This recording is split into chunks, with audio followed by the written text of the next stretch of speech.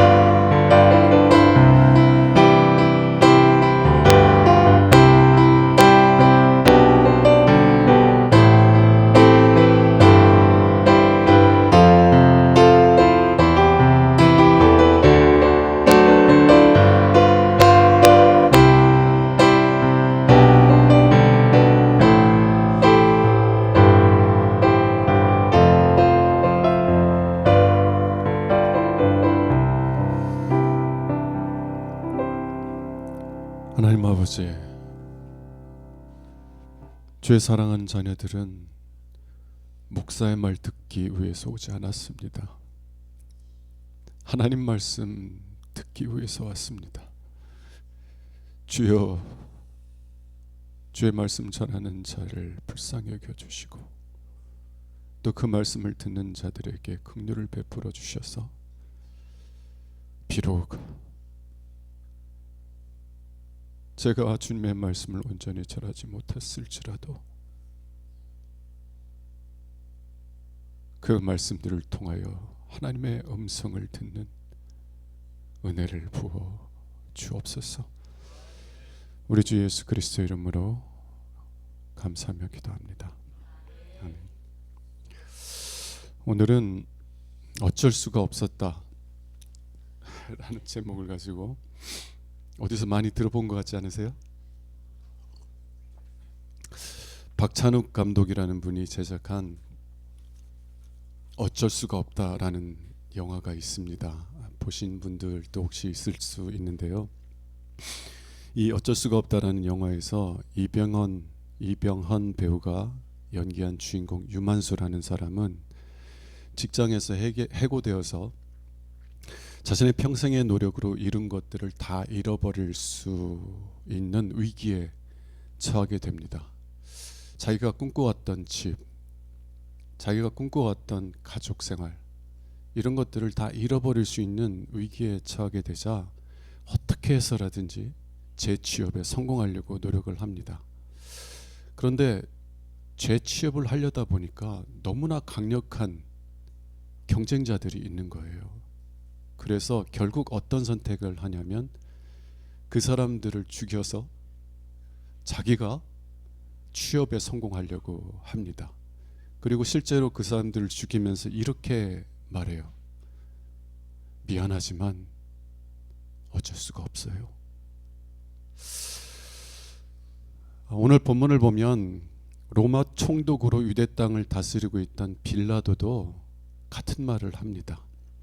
대제사장들과 유대인들의 장로들이 예수님을 끌고 와서 예수님에게 사형을 선고하고 집행해달라고 요구하였을 때 이 빌라도는 로마 황제의 대리인으로서 예수님에게 무죄를 선고합니다. 그런데 이 대제사장들과 이 장로들은 그 선고를 받아들이질 아니하고 계속해서 예수를 십자가에 못 박으라고 요구하는 거예요. 이 빌라도는 아주 곤란한 상황에 처했습니다. 비록 빌라도는 이 이스라엘 나라를 다스리는 제국이었지만 그럼에도 불구하고 이 식민지 국민들이 자꾸 반란을 일으키면 자기가 곤란해지는 거예요. 적어도 자기가 통치할 동안에는 백성들이 자기 말을 잘 듣고 고분고분했다라고 하는 보고를 로마 황제에게 보내야 그래야 황제가 자기를 더 높은 곳에 세울 텐데 이 유대 종교 지도자들이 자꾸 그냥 문제를 일으키니까 곤란한 거예요.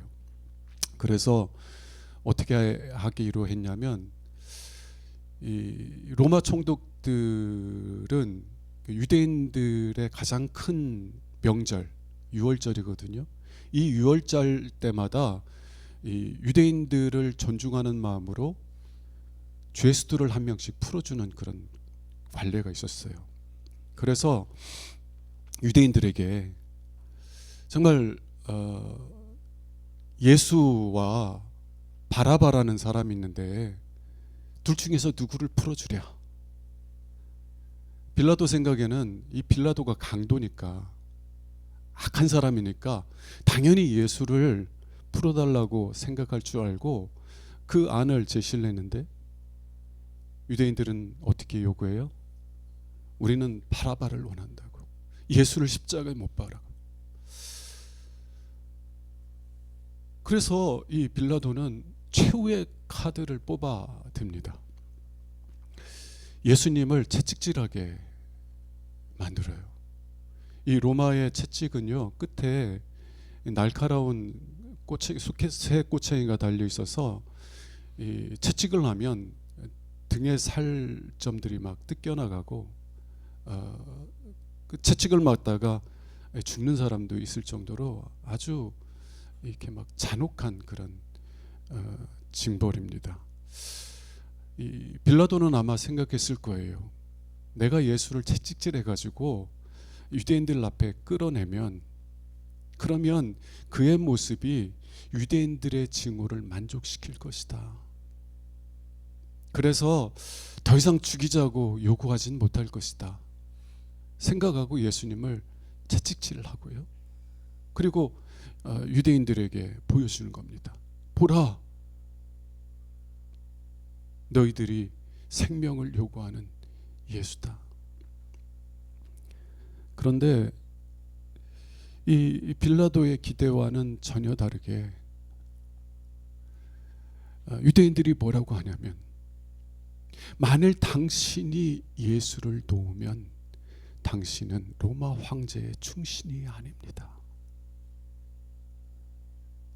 만일 유대인들이요 서신을 써서 로마 황제에게, 황제님, 우리나라에 스스로 왕이라고 자처하는 사람이 있는데 당신의 부하인 빌라도는 그 사람을 제거하지 않습니다.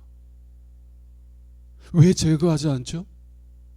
무슨 의도가 있어서 당신의 권자를 위협하는 이 왕을 제거하지 않는 거죠? 만일 그렇게 편지를 써서 항소를 한다면 이 빌라도 위치는 상당히 곤란해지는 거예요. 왜 로마 황제가 빌라도를 유대 땅을 통치하는 총독으로 세웠어요?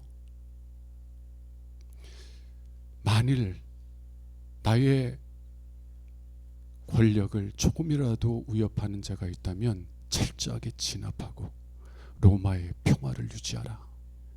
그것이 로마 총독을 유대 땅에 파송한 이유 아닙니까?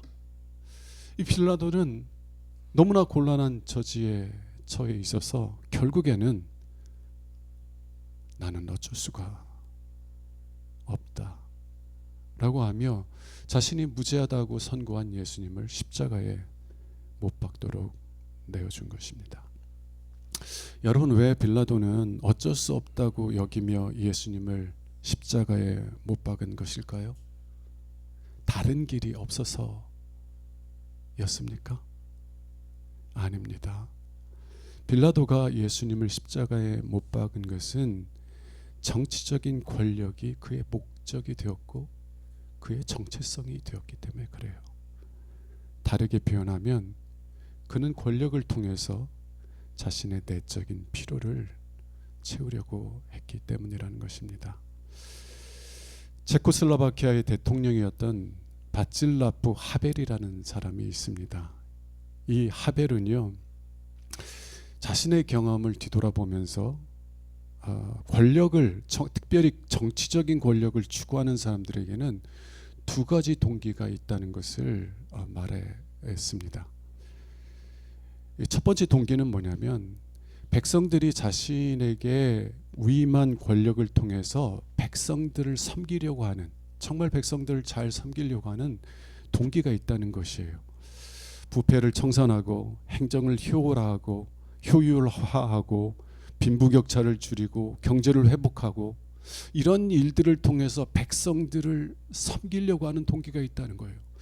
백성이, 국민이 나에게 권력을 위임해 주면 그 권력을 통해서 백성들을 잘 섬기고 싶다.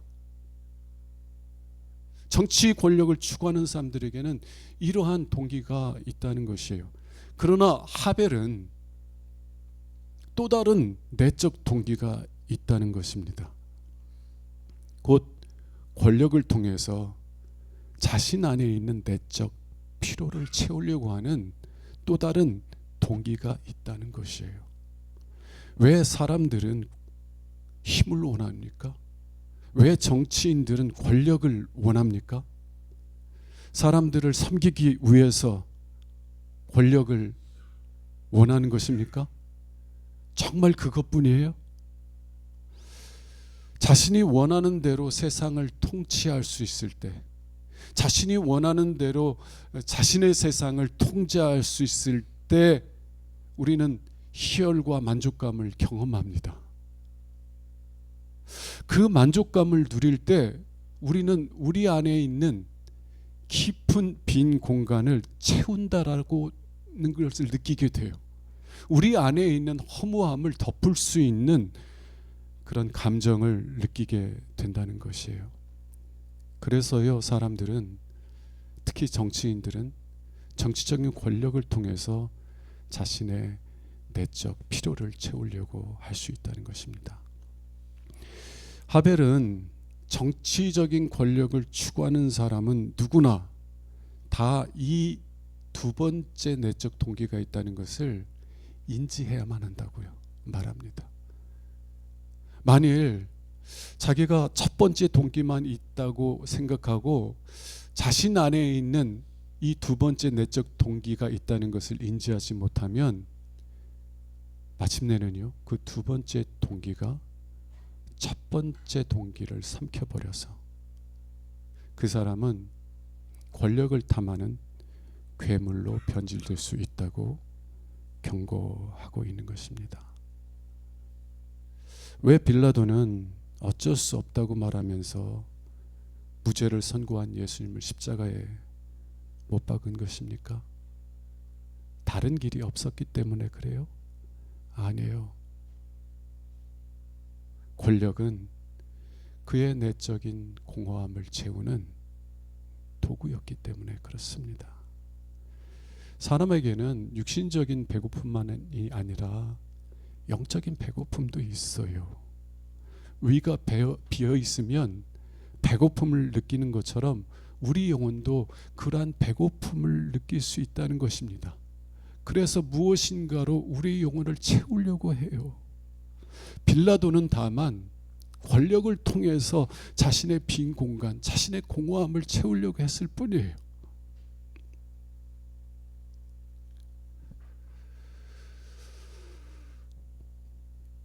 어떤 분들은 자녀가 자신의 내적인 빈 공간을 채워주는 양식이 되는 것을 봅니다.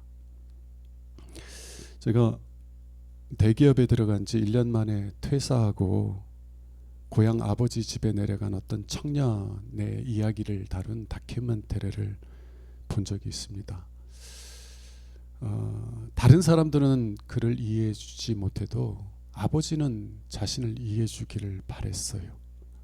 근데 아버지는 아들을 이해하지 못했을 뿐만 아니라 아들을 마음으로 받아주지도 못했습니다.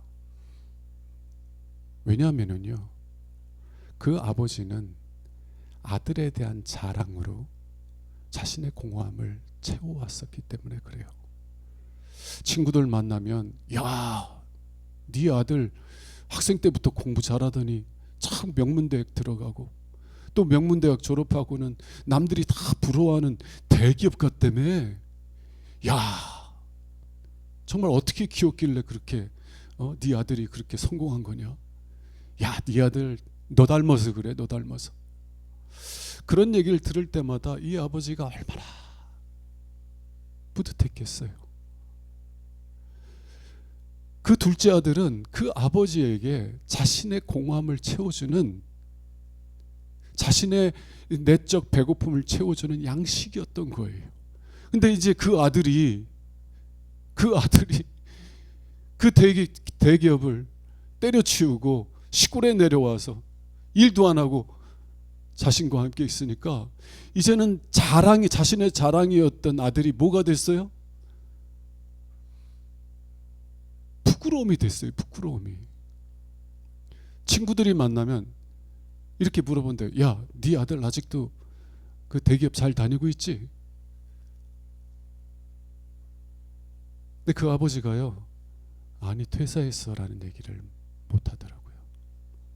아들에게 그렇게 말해요. 야, 나는 지금도 친구들이 이렇게 물어보면 너 퇴사했다고 얘기를 못한다고. 부끄러워서. 여러분, 자녀를 내 내적 배고픔을 채워주는 양식으로 삼으면은요, 그 아버지만 상하는 것이 아니라 그 아들도 상하게 만들어요. 빌라도처럼 권력을 자신의 내적 배고픔을 채우는 양식으로 삼으면 자신만 상하는 것이 아니라 자신에게 속한 사람도 상하게 만듭니다. 예수를 따르지 못하는 것뿐만이 아니라 예수를 십자가형에 내어주는 불행한 결과를 맞게 된다는 것이에요. 여러분, 부모는요, 부모의 역할은 자녀를 통해서 내적 만족감을 얻는 사람들이 아닙니다. 우리 부모님들은요, 예수님께서 말씀하신 것처럼 나는 생명의 떡이니 내게 오는 자는 결코 줄이지 아니할 터이요 또 나를 믿는 자는 영원히 목마르지 아니하리라 말씀하신 말씀대로 예수 그리스도를 자신의 내적 양식으로 삼아야 될 줄로 믿습니다. 예수님으로 말미암아 내 영혼의 참된 만족을 누려야 자녀에게 내적인 양식을 구하지 않아요. 예수님이 나의 참된 양식이 된다는 것을 경험해야 권력을 통해서 내 배고픔을 채우려고 안 한다는 얘기예요.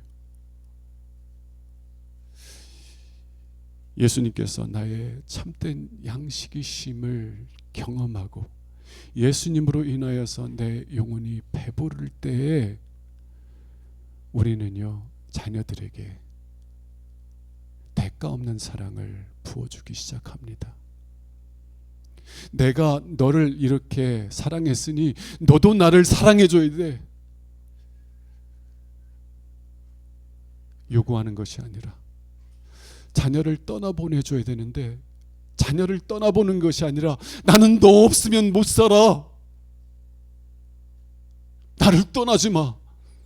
자녀를 올매는 것이 아니라 아버지께서 주님께서 나를 사랑하신 것 같이 나도 너를 사랑하니 너는 너의 행복을 찾아 떠나가거라. 떠나보내줄 수 있다는 것이에요. 왜 빌라도가 나는 어쩔 수가 없어 라고 하며 예수님을 십자가 못 박은 것입니까? 왜냐하면 빌라도에게는 권력이 그의 내적인 배고픔을 채워주는 양식이었기 때문에 그래요. 그 양식이 없으면 살 수가 없기 때문에 그래요. 권력은 곧 그의 정체성이 되어버렸어요. 그래서 그 권력을 놓아버린다면 더 이상 자신의 내적 공허함을 채울 수 있는 것을 발견할 수 없기에 어쩔 수가 없어. 나는 이거 없으면 죽어. 나는 이거 없으면 내 삶의 존재 의미를 잃어버려. 나에게서는 이게 나야.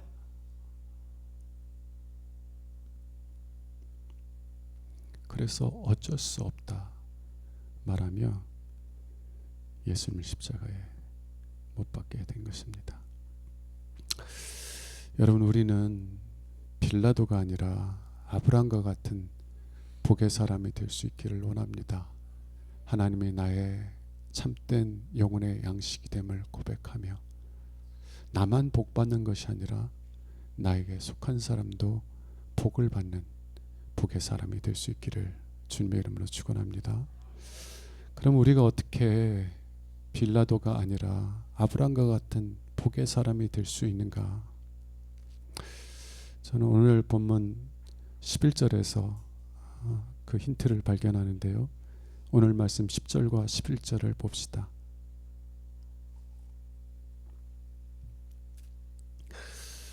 빌라도가 이르되 내게 말하지 아니하느냐?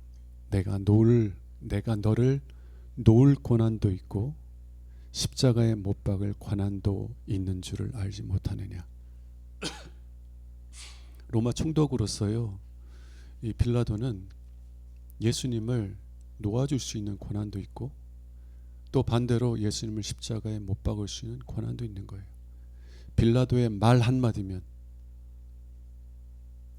무죄한 예수님이라도 십자가에 못 박힐 수 있는 거예요.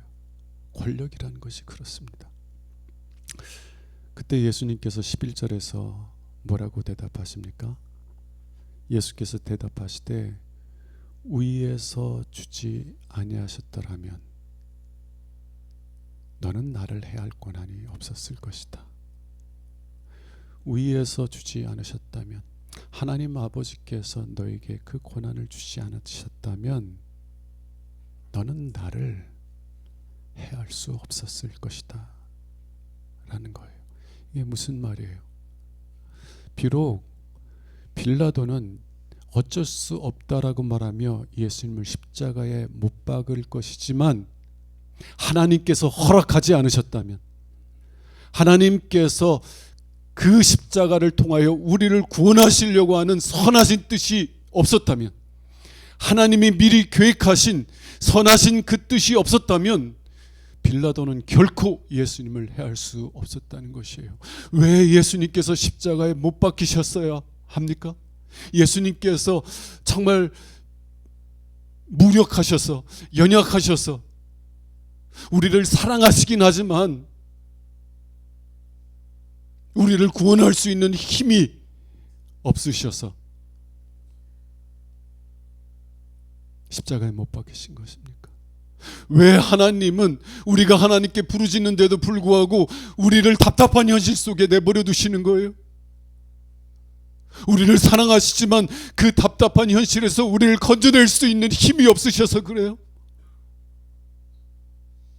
왜 하나님은 당신의 아들 예수 그리스도가 십자가에 못 박히는 것을 내버려 두시는 거예요? 아니요, 하나님께서는 예수 그리스도가 십자가에 못 박히는 것을 내버려 두신 것이 아니라 빌라도가 예수님을 십자가에 못 박기 훨씬 이전에 십자가를 통하여서 우리를 구원하시기 위한 마음으로 예수 그리스도를 가이사의 손에 넘겨주신 줄로 믿습니다. 여러분들을 향한 이 사랑을 볼 수 있을 때, 여러분들 향한 하나님의 사랑의 손길을 느낄 수 있을 때 여러분의 영혼은 참된 만족을 누리게 됩니다. 어린 자녀를 데리고 놀이동산에 갔었던 어떤 엄마가 있어요. 이제 어린 자녀의 손을 붙잡고 다니면서 너 엄마 손 놓으면 안 돼. 그리고 아이를 데리고 이제 놀이동산에서 놀고 있는데 전화가 왔어요. 좀 급한 전화여서, 중요한 전화여서 전화를 받다가 아이 손을 잠시 놓았습니다. 근데 그 아이도요, 주변 환경이 너무 신기하니까 주변 환경에 이끌려서 엄마 손을 놓고 엄마에게서 멀어지게 되었어요. 그래서 그 아이는 엄마를 잃어버리고 엄마도 아이를 잃어버립니다. 근데 감사하게도 나중에 아동 보호소에서 이 아이가 자신을 찾는 엄마의 목소리를 듣게 됩니다.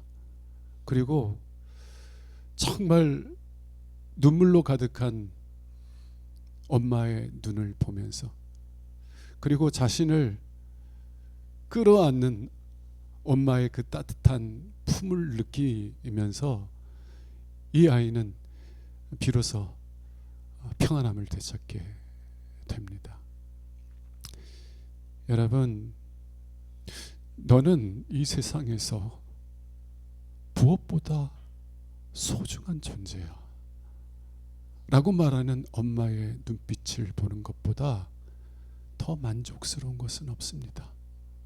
여러분, 그것이 우리의 영혼의 배고픔을 달래줄 수 있는 영혼의 양식이에요. 하나님도 우리를 잃어버리셨어요. 하나님이 우리의 손을 놓았기 때문에 우리를 잃어버린 것이 아니라 이사야서 53장이 말하는 것처럼 우리는 다 양 같아서 그릇 행하여 각기 제 길로 갔기 때문에 하나님은 우리를 잃어버리셨습니다. 그러나 하나님은요, 우리를 다시 찾기 위해서 당신의 아들을 우리와 같은 사람의 모습으로 이 세상에 보내셨고 또 십자가를 지게 하셨습니다.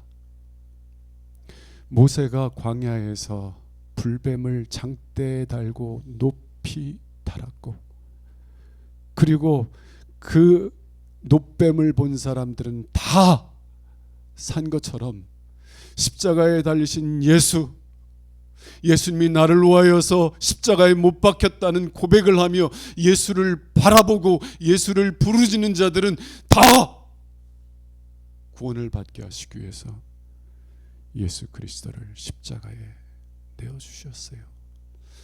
십자가를 바라보면서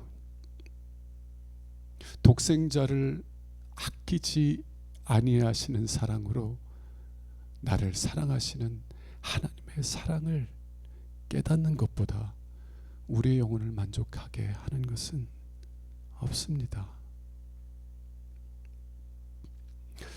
그리고 하나님 아버지와 아들의 사랑을 경험적으로 알게 될 때 비로소 우리는요, 내가 이렇게 하나님의 사랑을 받기 위해서 태어났고 이렇게 하나님의 사랑 안에 거하기 위해서 존재하는구나 고백하게 돼요.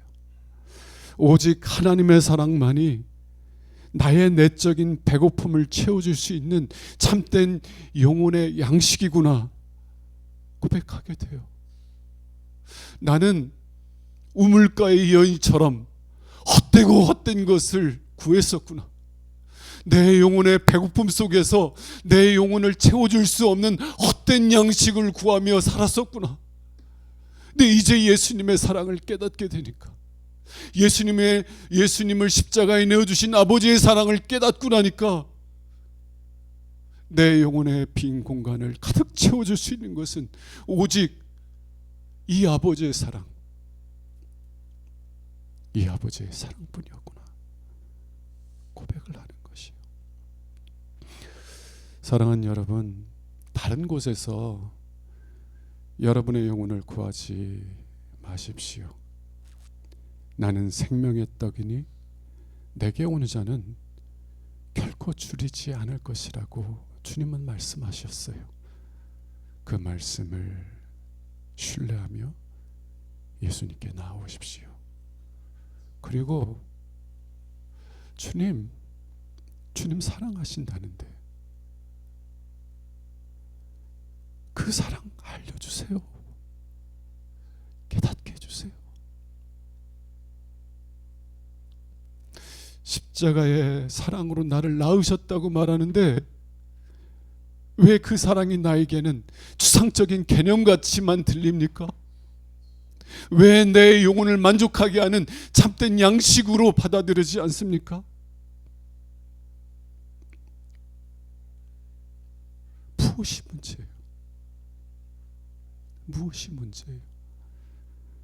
주님 보게 해주셔서 제가 예수님을 참된 영혼의 양식으로 받아먹게 하시고, 그리고 주님으로 말미암아 참된 영혼의 만족을 누려가게 하옵소서. 기도하시는 여러분 되시길 바랍니다. 주님께서는 기쁨으로 여러분의 기도에 응답하실 것입니다. 기도하겠습니다. 주님, 더 이상 다른 곳에서 우리 영혼의 양식을 구하지 않겠습니다. 주님께서 우리의 내적 배고픔을 채워줄 수 있는 생명의 떡이심을 알게 하옵소서. 그래서 비록 내 환경은 변화되지 않을지라도 나를 사랑하시는 하나님을 인해 기뻐하며 즐거워할 수 있게 하여 주옵소서. 외양간에 소가 없을지라도, 포도나무에 포도가 없을지라도 나는 여호와를 인하여 기뻐하리라 고백했던 하박국처럼 우리도 그렇게 기뻐할 수 있도록, 우리 영혼의 참된 만족을 누려갈 수 있도록 은혜 베풀어 주옵소서. 우리 주 예수 그리스도 이름으로 기도합니다. 아멘. 찬양.